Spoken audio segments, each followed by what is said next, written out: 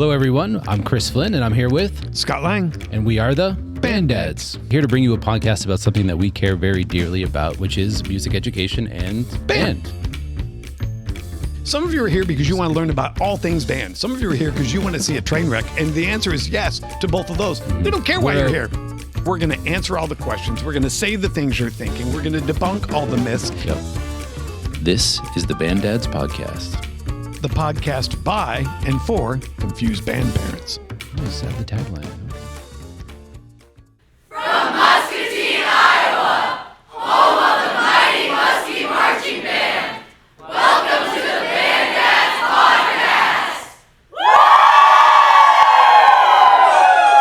Podcast. Fancy pants, nice, expensive Apple computer can't play DVD? Is that There's no DVD tray in it ananymore. Oh my gosh. And how much did you pay for that thing? You still have a DVD drive in your computer? What is it, one of them does. 1992? So one of them does. I run a 2-PC setup. That's how fancy I am. You are twice as not cool as I thought. I run a 2-PC setup, actually. You 2P what? 2 PCs. Oh, I thought you were not, talking about... Not iMacs or whatever you call these contraptions. No, one of them actually does Why don't you go wipe that surface? One of them actually does have a drive built into it. The other one, I think I do have like an external that I can just plug in if I need to use it. But I would just like to make sure those are saved permanently. Well, we were talking about collections, and that's so my physical collections, one of the things I collect is physical music. So I'm do you collect albums? Yeah. Yeah. So you have a really nice turntable sound system. I have a couple of turntables that I've restored. So like So I'm one of those people that believes that I can buy, on Marketplace, I can buy a $60, Techniques from the mid 80s and just clean it up a little bit, put a nice cartridge on it, and it works just as good as any $500 thing you'll buy today. So I have a couple of record players that I've fixed up and cleaned up, and then I have a bunch of vinyl, but CDs too, actually. I have CDs too. Well, man, vinyl's making a huge comeback. Yeah, it's huge. Which is unfortunate because it also drives the price up. I would imagine it does, like everything else. It's unfortunate it drives the price up. But I do have a physical collection of music, so. Testing 1, 2, 3. Da-da-da-da-da. Hello, everyone. The Band Dads are back. Absolutely. Chris Flynn. Scott Lang. We're here yet again. We're now here with episode 6. Episode 6. Oh, do you speak Spanish? I do. Wow. Actually, yo hablo español. Well, why don't we do a whole episode where you speak Spanish and I have no idea what you're saying and see how the ratings are on that one? How about that? Could they be any worse than our other ratings? I mean, it would open up a whole new continent actually, to a us. segment. Wouldn't it? Wrong. We don't have anyone from South America. By the way, we have now someone from every continent, I believe, but Antarctica and South America. Okay, so you know what's interesting? That I would love to hear. Enough? Well, you sparked a thought that I had, which is whoever the person that's listening to this podcast in Dubai is, please email us. Send an email to feedback@banddadspodcast.com. I would love to meet or identify or give recognition to the person in Dubai or the group of people, actually, because there's a whole bunch of listens. There's streams that are coming from Dubai. I just want to make sure it's a real person and not somebody training their AI with our podcast. Because I'm kind of convinced that's actually what it is. If this is how you train AI, that is stupid AI. It is actually. You just take recordings of people, feed it into your AI. That's how they do it. To my friends from Down Under. Oh, yeah. How's that? Was my accent good? No. But we know what you meant. Why so did you, our episodes from Down Under exploded on the Marching Band episode when Marching Band doesn't exist in Australia. So if you're from Down Under, I keep saying it, by the way. Here's the thing. But I don't want to deny Australia, because if Australia wants to invite us to do like a live show there or something, I'm open to that. So you know what? We love Australia. We're totally down. Absolutely. We love Australia. Listen, I learned my lesson after shaming Dayton on the last podcast. So that's a good segue into something else. So if you haven't listened to the Band Dads mailbag number 3, Scott does have to open mouth insert foot a little bit with I ate some crow with Dayton from a listener from Dayton. You did. So you made things right. I tried. And he sent me a list of stuff. None of it was from this century. None of it was relevant. How about this, folks? You go listen to the apology. If you haven't listened to the Band Dads mailbag number 3 yet, go listen to it, and you judge how you feel his apology was. How about that? You let us know. Again, feedback@banddadspodcast. Am I going to get another email from Dayton? Well, again, I don't want to spoil the other city that you slandered in that apology because we're going to hear from them eventually too, and then everybody will get to find out who that is. Oh my That goodness. said, I guess I'll give you the opportunity up front. Is there anyone else that you would maybe like to issue an apology to before we get into our formal content today? Well, you seem to be of the opinion that I am not as kind as I should be to trombone players. Oof, you hit the nail on the head there. I'm just waiting for the riot to begin. I'm waiting for them to show up. They're too stupid to find me. Oh, here we go. I'm doubling down, Chris. I am doubling. We did hear from one trombone player who made it pretty clear, but they seem to have a good sense of humor at least, But I hope you all have a good sense of humor about this because I will tell you, I could just think of the kids who play trombone at our high school, and they're all exceptional people. Exceptional. National Honor Society, exceptional people. I'm a drummer, so my judgment is suspect to begin with. Yeah, So no you have to kidding. take everything I say in this podcast and in life with a grain of salt. Yeah, many, many grains of salt. Having to swallow those grains whole, for sure. Anyway. Is there any other way to swallow a grain of salt than whole? I mean, Do you cut it up? you could chew it a little bit. Chew on it. Take your time. What kind of salt lick do you have You're sitting around supposed to your dinner reduce- table? Do you Scott, sit at our at the dinner age, table and you then walk reduce- over to a deer salt lick and just lick it? No, that's what I'm saying. Take your time anyway, enjoy your salt, okay? We're not supposed to have that much salt at our age, so, enjoy it while you still can. All right? I'm watching the podcast viewership just plummet as we speak. Hey, we're having fun. We said we don't care, right? Absolutely. This is the train wreck part. We've only got what? You know two what's funny? episodes left? Actually, I disagree. I think people like this more. How about that? I think people have me start talking about analytics again and watch what the ratings do. Okay, how about that? You're on. So and send us feedback at feedback By the way, at guys, I don't know if you know, but for a living, I'm a data analyst. I had to work it in. I hadn't said it yet this episode, so I wanted to make sure I said Well, there went my 2 pages of notes about you being a data analyst. Gone. Let's move on. All right, let's we know wing what Chris it, dude. does. We know Let's what Chris wing gets it. paid for. So what are we talking about this week? What professionally, Scott? What did you used to do professionally? As a matter of fact, I was a band director. you were. I was. Interesting. So that's why you know so much about this activity that we talk about all the time. That and I just have a sad, pathetic life. Oh, wait. Because you were a band director? Pretty much they go hand in hand. If you ask my family, they call me king of the band nerds. That's my official title around this. But you're just excluding yourself here. Again, I don't want to upset now. Now, in addition to many cities across the country and trombone players, I really don't want to add band directors to the list of people who are upset with you. So you're saying just this is you personally. You're No, not absolutely. No. Band directors, I got to tell you, they're the most incredible, hardworking, Absolutely. caring, Yeah. diligent, good-looking, smart, savvy, sophisticated. Remember, he did say everyone but himself that he's talking about right now. So No, band directors, including the one that teaches our children, there's nobody I respect and admire more. yeah. Period. So tell me how did you get involved? How did that become your career path? How did Scott Lang say, "Wow, I want to be a band director"? It's the same reason most teachers want to become teachers is because they were inspired themselves by a teacher. Okay. If you asked 100 band directors, how did you end up a band director? 90 of them would either tell you that they were inspired by a band director, or they would tell you someone in their family was a band director. Okay, no, that's fair. This is a very closed circuit loop. Like you don't play football and graduate high school and go, I think I might want to be a band director. Gotcha. Could it also go the other way? Could people do it out of spite and say, man, I'm better than my band director. I'm going to go be a band director because I could do it better than that person. I'm just curious. None of my students. As far as you know. Well, I did have about 16 of them go on to be teachers, but I never asked them if it was out of spite. If we have any former students of Scott Lang who joined the profession out of spite for Scott Lang and his teachings, email us. Let us know. If you have any former students of mine, whether they became a teacher or not, email us. Let us know. All right. Let us know. Yeah, you know what? I need proof that Scott was actually a director. So somebody email me and confirm that point for me. But okay, so tell me about the process. What does the education look like? What does the school look like? So what do you have to do to become a band director for? It's the whole goal. I've become, in a Machiavellian sense recently, I've become convinced that the whole purpose of a college education being a music teacher is to convince you to not be a music teacher. How so? Now, think about this. So if you went to college. Yes. Okay. A typical college degree from our local prestigious state university, Arizona State University, go Devils, Yes. is 121 hours for a bachelor's degree, 144 hours for a master's degree. Fair Okay. point? Yeah, absolutely. Okay. My bachelor's degree was 143 hours. Oh, that was whoa. my bachelor's. And by the way, 74 of those hours either met every day or were for one credit. Really?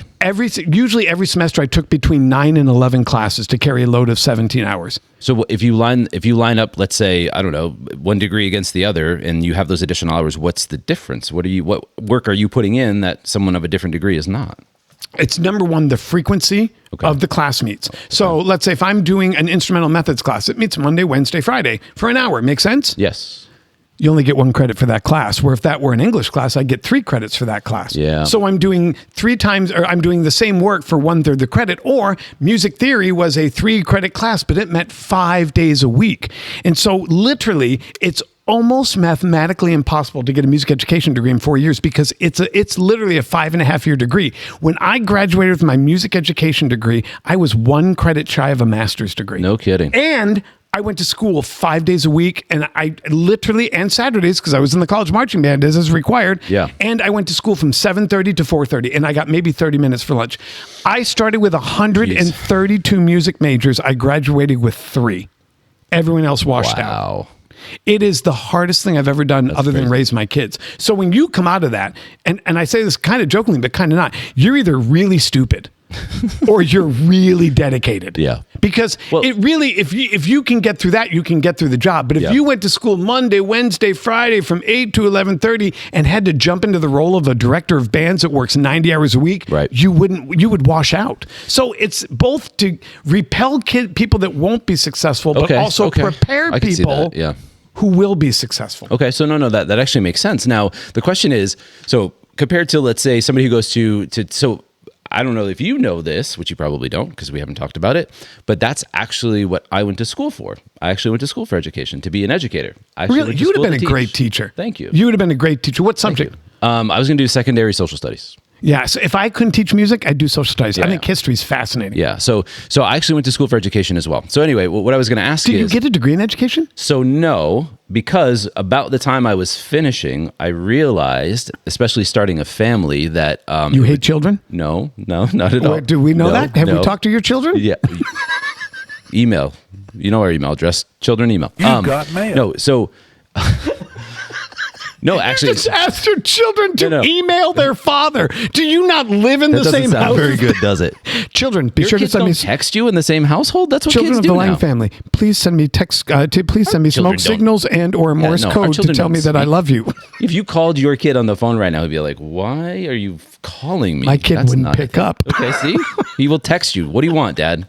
I'm doing something. Anyway, so I went to school to be in education. Anyway, short story is when I was younger, when I was like 18, 19, one of my first jobs was I used to run like a summer camp program and an after school program. And I fell in love with working with kids and it was a lot of fun. As I grew into an adult, I realized, again, teachers aren't treated fairly. They get paid really, really, really terribly. And if I wanted to have some sort of financial stability in my life, I probably didn't want to be a teacher. So I shifted gears and went to interdisciplinary studies and ended up being education. And it kind of was music because I took a lot of music classes. But anyway, different story. The question is, so if it's that difficult, it's that many extra credits, all these people are dropping out doing it. Is there really any incentive to do all this other than passion? Like, does a band director maybe make a little more money teaching than somebody else does? Like, what's the incentive to put yourself through that process? No. There might be small extra duties type, but only if you teach a high school marching band. If you don't, then you don't. But here's the thing you have to understand. I did not choose music education. Music education chose me. There was no other option. Well, that sounds very cliche. Explain that to me. What do you mean? Thank you. I'm thinking about selling that, embroidering it, and selling it on along with our certificates and our infographic. What else are we selling? The Bandad coin. The catalog is growing for sure. My point is, once you get it in your soul that you want to be a band director, there is no other pathway. That's fair. Okay. I mean, and I'm telling you, there were countless times when I was going through 5 days a week and I'm at the marching band field till 11:30 at night on a Saturday, then I thought to myself, this is insane. Or more than one time I slept in a practice room because I needed to get my 20 hours in that week before my lesson the next morning. There was more than one occasion I thought, this is straight insanity. Right. But I can't not do this. Good for you. And I honestly believe that for most music educators, they would tell you that they couldn't not do this. Okay. Which, honestly, I think that you explaining that to myself, and I hope other parents kind of see some of the same traits in their band directors. Again, it makes me think of our current band director, and why he is the lunatic that he is in terms of his dedication to his craft. And it's incredible. That explains a lot of it. And beyond that, you have to understand, like, this is an incredibly competitive field. English teachers don't get their scores announced on the school announcements, do they? No. Math teachers do not have to get judged in front of 4 other math judges to tell them they're not good. Well, and science teachers don't go to a competition on Saturday and get ranked on their science exams. I would like to say that our school's media could do a better job. Basha Bear Network, I'm looking at you. Well, who's throwing shade? I don't know. I call out Dayton. You have just this slammed our national own school. award-winning program that we get about 10 seconds of coverage for doing something like going to San Antonio and participating in a national event. Anyway. But that would be, and hypothetically speaking, if someone had a band director named Smiles Smenny, and he taught at Smasha High School. That'd be a very unique name for the person and the school. That would be. That's not familiar to me at all. And it's oddly similar to the name of our band director. But it is? The story you are about to see is true. The names have been changed to protect the innocent. That's part of our job, is to educate our school community about the things that we're doing. But how? How can you possibly do that when you're consumed by the activity itself? You can't. That's the thing. You can't. So you let it go. That's not going to register a difference, because you wake up every day and you think, what can I do to move the needle forward today? You and I talked about, that I was observing a rehearsal at another high school, and it was all I could do. I mean, I had to physically restrain myself from running on the field to fix some bad drill. I heard an F sharp and it was supposed to be an F natural, and I literally almost started rocking back forth like I was on the spectrum, because I'm telling you right now, I can't see a problem and not fix it. I can't go to a rehearsal and not want to make the band better. I can't do it. It's like, you see how I can't not. Yeah, I don't know if I can edit maybe the nerve on zoom in on Scott's forehead and the thing that's popping out. No, I'm just kidding. Because it is inside of me, and it will be there till the day I die. That's fair, but I don't know how it got in there. I want to be really clear. I remember the day that I said I want to do that. That's super cool. I was in the 2nd grade, but I don't know how it crawled inside of me and decided to take root and grow. But there is I will be a music educator till I die. Now, I may not be tied to the same classroom. You may switch a school. You may go to a different grade level. You may go from band to choir. Sure. Yeah. But once it's in your soul, it will be there forever. So, because I can also think about the experience being very different depending on what grade level you end up at, for 100%. Example, right? Because 100%. So for me, as an example, we talked about coaching previously, right? Yeah. So I've coached at kind of some different levels. I've coached younger kids who don't really understand how to play a sport, right? In basketball, they don't really dribble; they just run up and down, right? And then I've coached older kids who are more developed, who have a higher skill set. For me, it's hard to coach the younger kids because I want to, like you, I want to be able to teach them certain concepts, and just having fun or just doing it the wrong way is like not okay with me. So is it just people end up that way because some people are more tolerable of situations, that they're willing to do things on a more basic level? Does that matter? Or is it really just you end up where you end up? Anybody who became a music educator that went, gosh, I don't care what level I teach. I love it all the same. I could never teach anything other than high school. Yeah. I've been in a middle school band room. I might hurt someone. I always say, I get why you teach elementary school. They're so cute, and they're not very skilled, but they're so lovable. And I know why you teach high school. They're not quite as lovable, but they're so brilliant and smart. I don't know why you teach high school, because they're too old to be cute and they're too young to be smart. Yeah. I could never do that. Yeah. So I think you self navigate to the place where you're comfortable. And it's not good or bad. Like, I worship elementary music teachers who start this journey, because without them, we wouldn't have music in our world. Yeah, but I know that true. Can never be me. Yeah. Just like, I guess I know I could never be a math teacher. I know I want to teach, but I could never teach out. You self-navigate to the place that brings you joy. That makes sense. Yeah, no, that makes sense. But there's a lot outside of the scope of, so just being passionate for like music and the level of music you want to teach, there's a whole bunch of other noise that's involved there. So especially, you just talked about high school kids. So, I mean, how then again do you deal with, you want to be a teacher, you want to, passion for music, all that, but now you have to deal with high school kids and hormones and, I don't know, just the responsibility of taking care of this level of child who's almost an adult, and like kids are easy. Oh, really? Adults are hard. Really? Yeah, and they're just as temperamental, and they're just as egotistical, and they're just as much hormone and rage driven. Gotcha. So, I think you get into this profession because you love kids. Like, I just love kids. And Sure. we're going to talk about it in the band in the next episode. But like when I sign up for anything, if you notice when I volunteer, it's always to be around the kids. Okay. I don't want to do props. I don't want to load the truck. And they're wonderful people to the Bachelor band parents who are listening. Oh yeah, wonderful we're not sliding. people. We're not. That doesn't mean we're sliding those Yeah, responsibilities but- whatsoever. I don't want to be around adults. Yeah. I turn on the TV, I read the news. Adults suck. Gotcha. I want to be around teenagers. So I navigate to a place and space that brings me joy. And for me, that's kids. Yeah. Okay. So, okay. I mean, as long as it's not, as long as it's not uncomfortable, as long as you're not like walking around trying to say, talking about risen people up and stuff. You know what I'm saying? No, I would never accused of lifting people up. Never. Anyway, that would be funny. Maybe, you know what? Maybe that'll be a fun social media segment. I'll bring into you a bunch of teenage slang words. I'm going to throw them at you and we'll see if you know what they mean. No, I won't. Some Zoomer language. No, you bring in my wife. She'll tell you right now, I'm going to miss every single one. That'll be fun. You should clip back to that. You said, you got to use a modern musician. I said, Kenny G. And you said the name.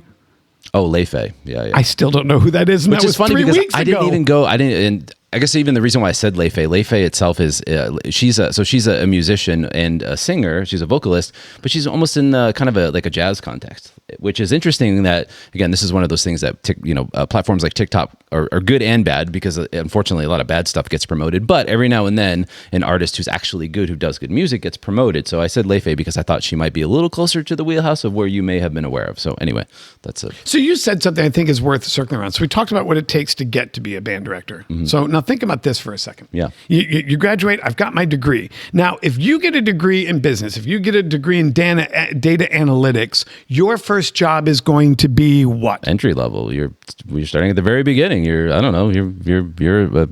blow man on the totem pole, even with a degree. Yeah, I started my first day on the job. They gave me the keys and 120 kids. That's insane. Yeah. I had an instrument budget that was worth well over $1 million. I had a facility that was probably 7,000 square feet, and we traveled out of state lines. Yeah. That's the thing. Like everything that gets you to the door, to unlock that door to be a teacher, is not what prepares you to be successful once you cross through that door. Okay.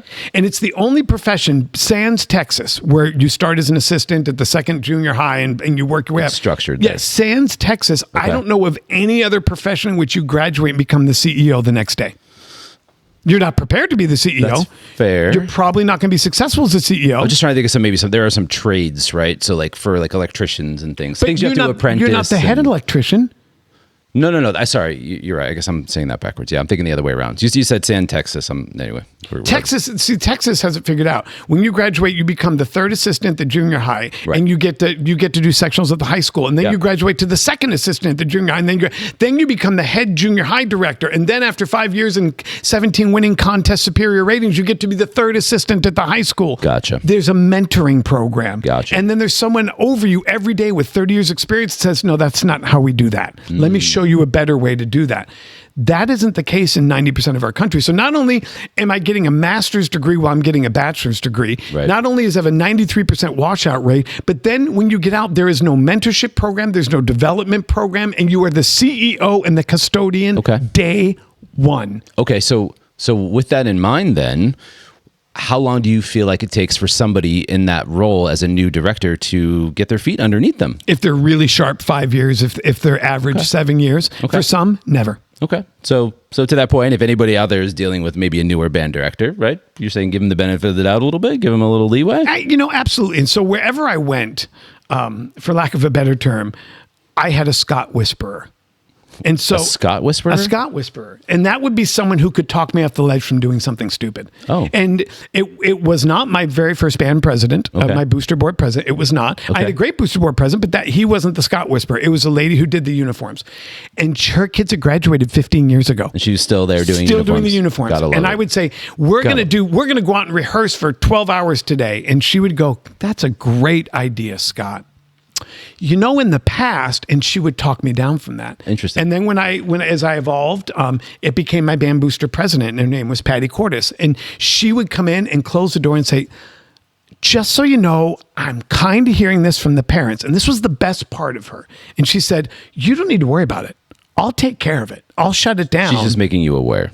But then she was saying, be self-aware enough to not make that same mistake a second time. Yeah, okay. That's so good. wherever I went in my career, I had someone who could talk me down from something dumb. And maybe that was a credit to my self-awareness that I was inadequate in some ways. Okay. Maybe it was just luck. But what I would say is, and it doesn't have to be the band booster president, I would tell you that it just needs to be someone who can speak to the director without him throwing up a wall or her raising her cackles. Because when my natural, if I come at you with fire, your natural response is probably not defensive. Yeah, it's not water. It's more fire. Yeah, it's defensive. You have to find someone who can bring water to that situation. Now, is this something that you would say, so maybe a lack of self-awareness? Is this a common trait amongst band directors in general, would you say? I would be honest with you. I don't know that band directors as a general population are the most self-aware people. Okay. I mean, I think if you wandered into a ballroom of band directors, you would not be overwhelmed with their social grace. Okay. So, but I guess so you're saying it's not that they can't necessarily accept the criticism, and especially if it's in the right format. But again, is it just they're so consumed by the responsibility that it makes it hard to see those things? Or, it's no one's good at everything. Okay. Okay. So let me ask you this question. I'm surprised to hear that come out of your mouth of all people. Wow! I'm sorry. This is episode 6. Shut it down. Wow! I'm sorry.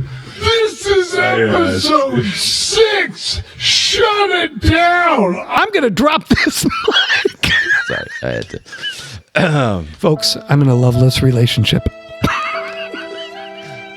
We said we were taking a break earlier on. I don't know if you remember that. Can't come We're almost soon there. Can't come Almost soon there. enough. Anyway. Okay, let me ask you a question. Yeah.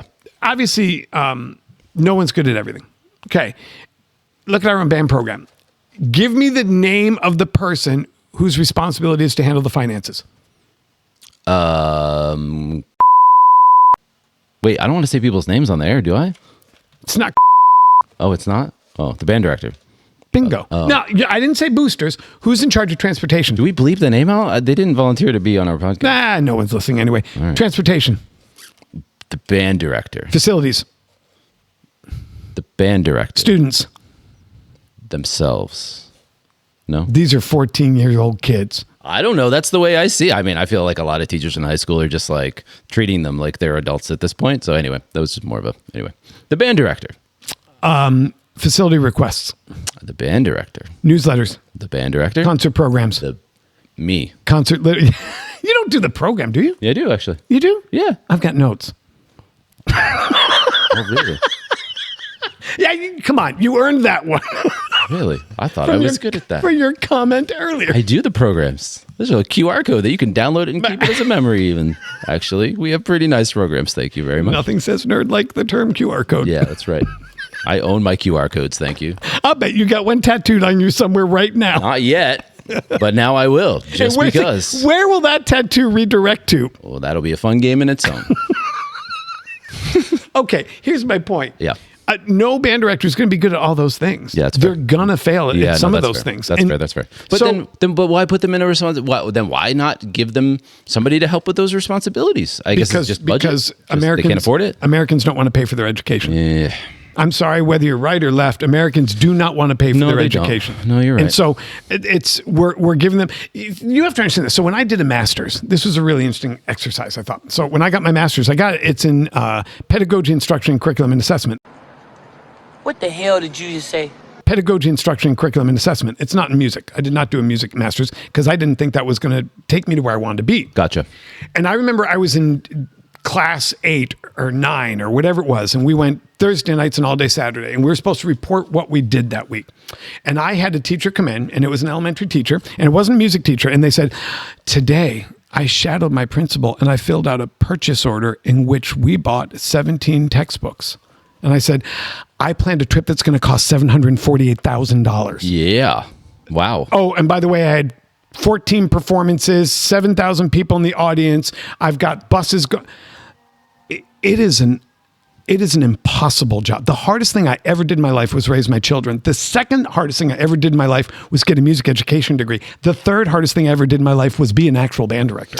So is this an example of something? Now, would you say that the hierarchy for these types of things is equal amongst educators within its own system, meaning that, like, again, if we talk about field trips and all the additional responsibilities, let's look at like a sports team, for example. Do they have help too, or are they also left to their own devices too? I'm just kind of curious if it's treated the that's same, a great call. So I want to start with the truth, a truth bomb. Like, my high school their football team had an athletic trainer, correct? Athletic director. Yeah, no, an athletic trainer. Oh, I'm sorry. Okay, sure. Every practice to ensure the kids were safe. Oh, I see. Sorry, I had more kids by a factor of 10. I didn't have one. They had an equipment manager who did all the helmets, did all the uniforms, no, that's my job. Yeah. A head basketball coach has 2 assistants and there's 12 kids on the team. I've got 140 and I have, wait for it, no assistants. Yeah. So in that respect, no, they don't fund it the same. And by the way, my facility is worth 10 times more than their facility. My inventory is worth 10 times more than their inventory. And they don't take the football team more than 25 miles. Now, that's not to throw shade at the football team. That's to show you the breadth and depth of responsibilities that are placed on sometimes a 22-year-old. Yeah. Yep. It's not fair to the 22-year-old. Yep. It's not fair to the kids. Yeah. And it's not fair to the parents. Yeah, absolutely. Now, to flip that, I will say, I think the 3 people that literally run a school other than the principal are the head football coach, the head basketball coach, and the band director. And I would tell you, every football coach I ever worked with would agree to that term. Okay. I never had a football coach not understand how hard I worked and what I did. I see what you're saying. I never underestimated the amount of work and time that they put in. Gotcha. So the 3 people that you want to make sure you have in the right spot because they can wreck a school, it's football, basketball, and band director. Okay. Well, that's a good call. Okay. That's good to know. And that was kind of my assumption, but I guess I just wanted to clarify because, again, there's a lot that we don't know as parents. We don't know what goes on behind the scenes. So I do want to share this. Because we've circled around it a little bit, that band director whisperer and the fact that band directors aren't perfect and we're asking too much of them. Band directors are going to make mistakes. They just absolutely are. Yeah. If you anointed me director of bands tomorrow, I would make one before the end of business that day. I guarantee you. And I'd make another one the next day. It's unavoidable. So from the parent's perspective, I want to share 2 things with you. Number 1, that just because you have a concern doesn't mean the concern has to go to the band director. That you have to find the band director whisperer. And honestly, it might be the band director's spouse. It might be the band booster president. It might be you. But the point is... It's not me. I meant... It's not me. You, the listener, Chris. It's just not that smart. But the thing is, I want parents... Could be worse. I could be a drummer. Okay. Here we go. Look, anyway. Chris is just bottoming out in episode 6. He's trashing Scott. He's trashing the drummers. Pick a city and just... I'm sticking up for my trombone players, okay? You know what? Pick a city and just take it down right now. No. Anyway. So the first thing I want parents to understand is when they have a conflict, you have to understand that you might not be the one that voices it to the director. Okay. That there's a time, a place, and a person that can do that. Yeah. The second thing is I've never met a band director, this is important, I never met a band director once that made the wrong decision by choice. Yeah. And so it wasn't based on intent. Sure. It wasn't based out of malice. Sure, yeah. It was based out of ignorance. It was based out of lack of understanding. Yep. It was based out of lack of experience. And what I used to tell my students, it took me a long time to get to this place, but after 10 years, I'd start every parent meeting with the statement of, when I make a mistake, and it's not if, it's when, it came from a place of love, and it came from a place of wanting to do what's best. It doesn't mean I made that choice. Gotcha. And when you have that concern, when you're at that point, take a breath before you reach out to me. Okay. Take a moment. If it's That's not fair. an emergency, if it's not going to hurt a child, then take a moment and take a breath. Gotcha. Before you respond. Gotcha. So those are the 2 things I want to share that for a parent is find the person who can bring that problem to its resolution in the safest, happiest way possible. And number 2, directors don't make mistakes out of malice. They make them out of ignorance and lack of awareness. Well, and I would just give you, I guess, as a band parent then, in terms of a tip in order to find the right avenue or find that person, join the cult, which we'll talk about in the near future. It's a cult, baby. Join the cult. It's a cult. That's how you'll find the person. If you don't show up to those band booster meetings, if you don't involve yourself, you probably won't find out who that person is. So get involved. That's certainly just my tip as a band parent itself. Do you also feel like it's more of a challenge maybe in terms of how you how do you determine, I guess, the success of your students? Meaning that, to your point, if you're an English teacher, you understand that there's a grade that's either they accomplished this thing or they did not, right? How do you do that as a band director? Because it feels like there's a lot more gray area involved in music. When you figure out that you shouldn't be necessarily measuring that in tangible, tactical ways, then that's when you're there. Okay. If you're looking for victories, if you're looking for trophies, if you're looking for first place, if you're looking for a number of kids in all state, then you're doing it for the wrong reason. Now, those are byproducts of good teaching. Okay. So they are evidence, but that is not my measurement device. So again, from a parent's perspective, if we see the accomplishment as the goal, and maybe that's not actually what it is, and that's the reason why we're spending so much time at rehearsal, all these things, how do we get over the fact that that's what we think it is and see if your child doesn't graduate summa cum laude, was their academic career a failure?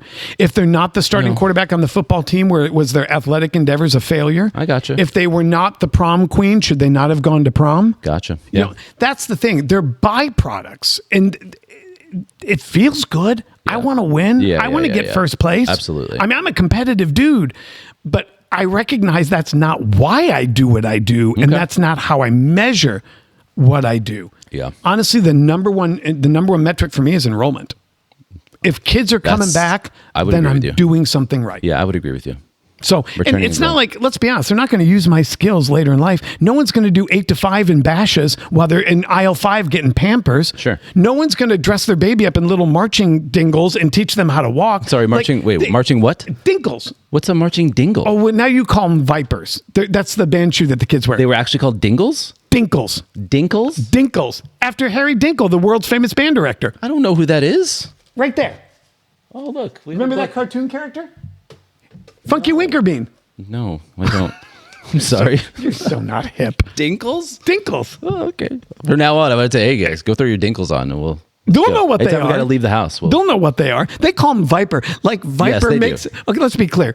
Like Viper makes those tennis shoes sound cool. Have you seen those? Those are the ugliest black shoes. No, they are. To all our listeners, can someone please invent a marching band shoe where you don't look like it's an orthotic for an 80-year-old? So I know we've been here before, so then why do we use Vipers? Do they offer support? Are they durable? And here's the thing. They're going to tell you, well, it provides increased comfort and support and archways, and they march in them for 7.5 minutes. You could put them in flip-flops and they'd be just fine. Probably. And Vipers are like $60 a pair.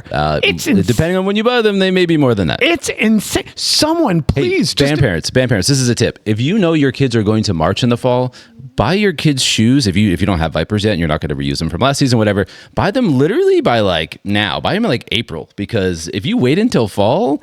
Again, it's the kind of thing on Amazon, because they have limited sizes. You're going to pay $80, $90 for a pair of these shoes. So buy them early. How do you determine your life or your career's been a success?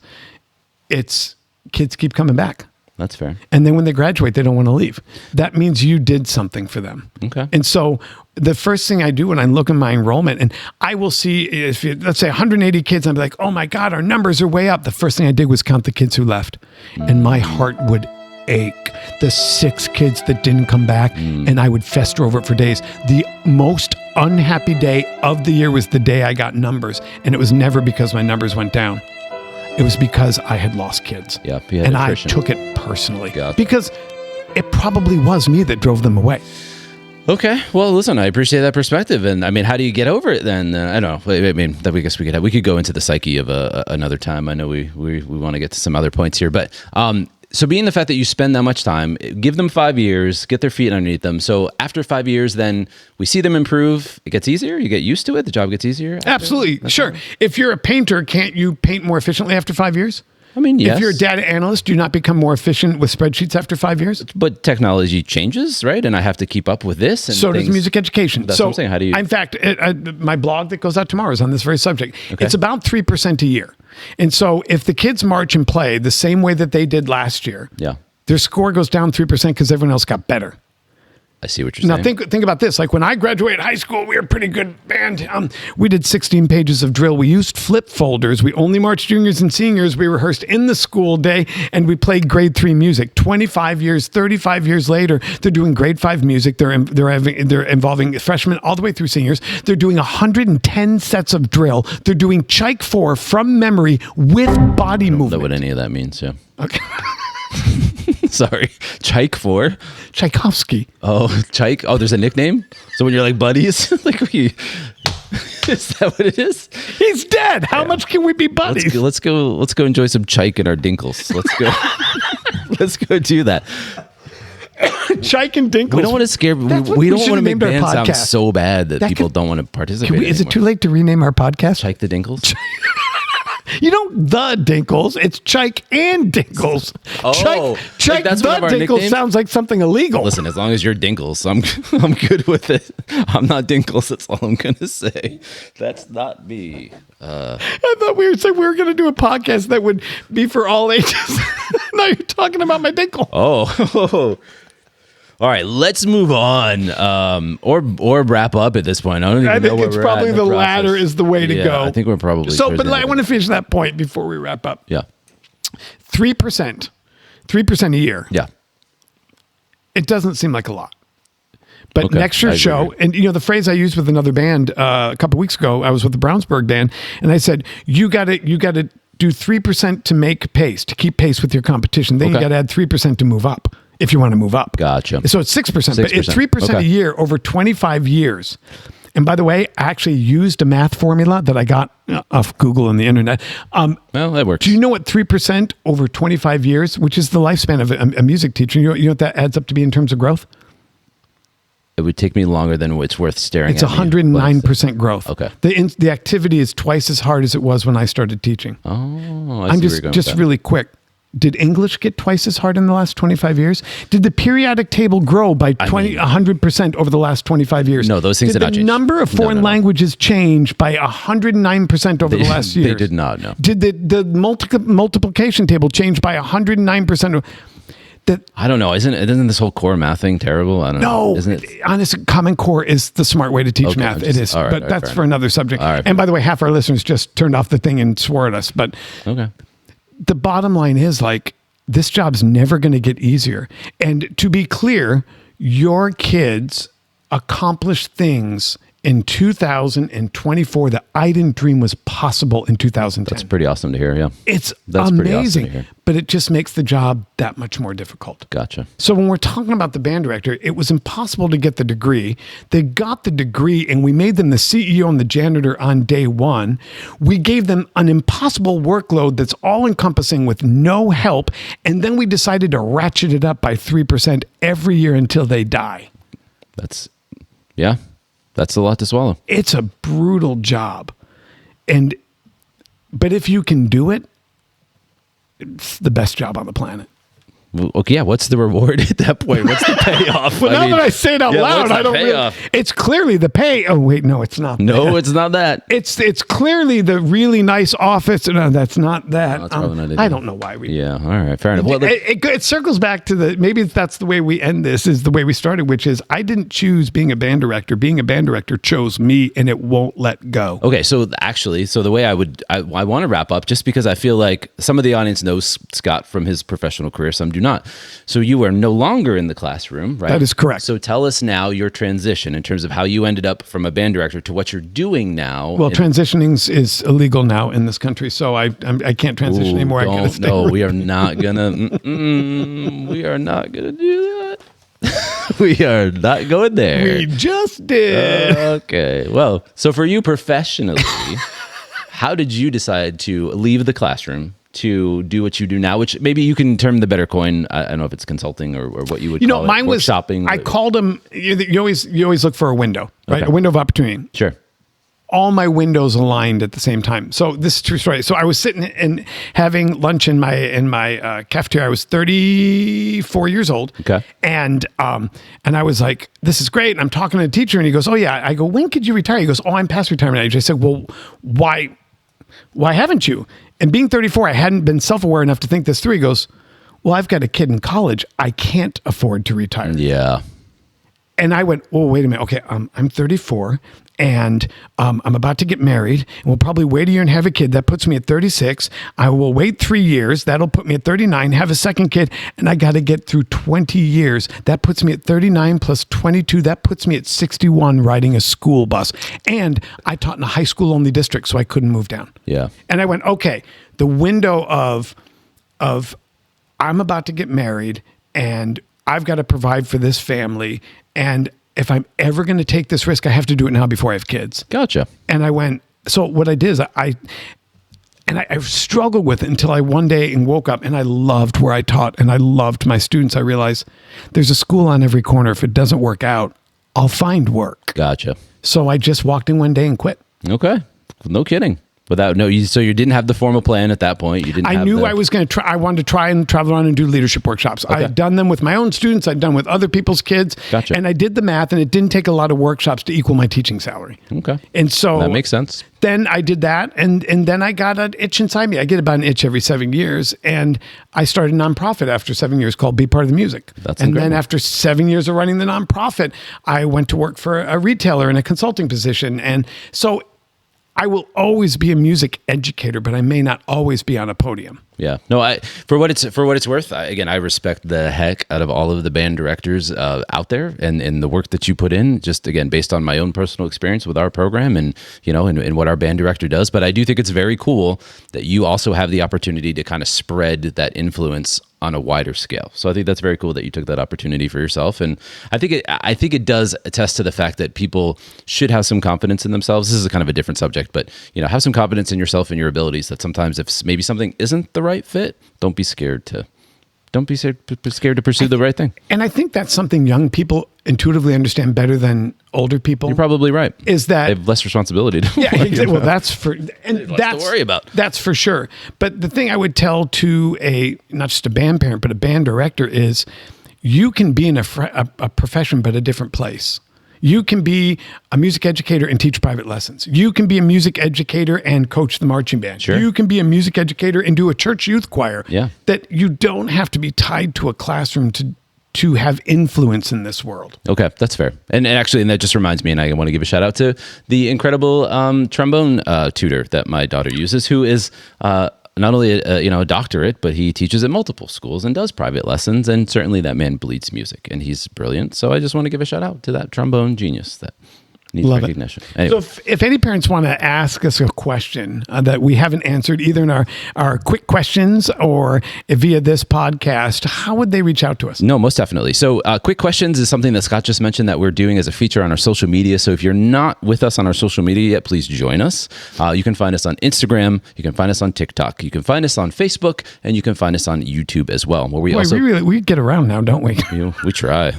we got to pick up an audience somewhere, But join us on YouTube if you haven't already. We do full-length video episodes of the podcast as well. If you just have a question for us, email's probably the best way to get to us there. So it's feedback@banddadspodcast.com. If you haven't poked around our website, which is banddadspodcast.com, we have all of our episodes up there. There's some additional stuff in the descriptions. There's links to specific documents that we use for episodes and things that we share with you there.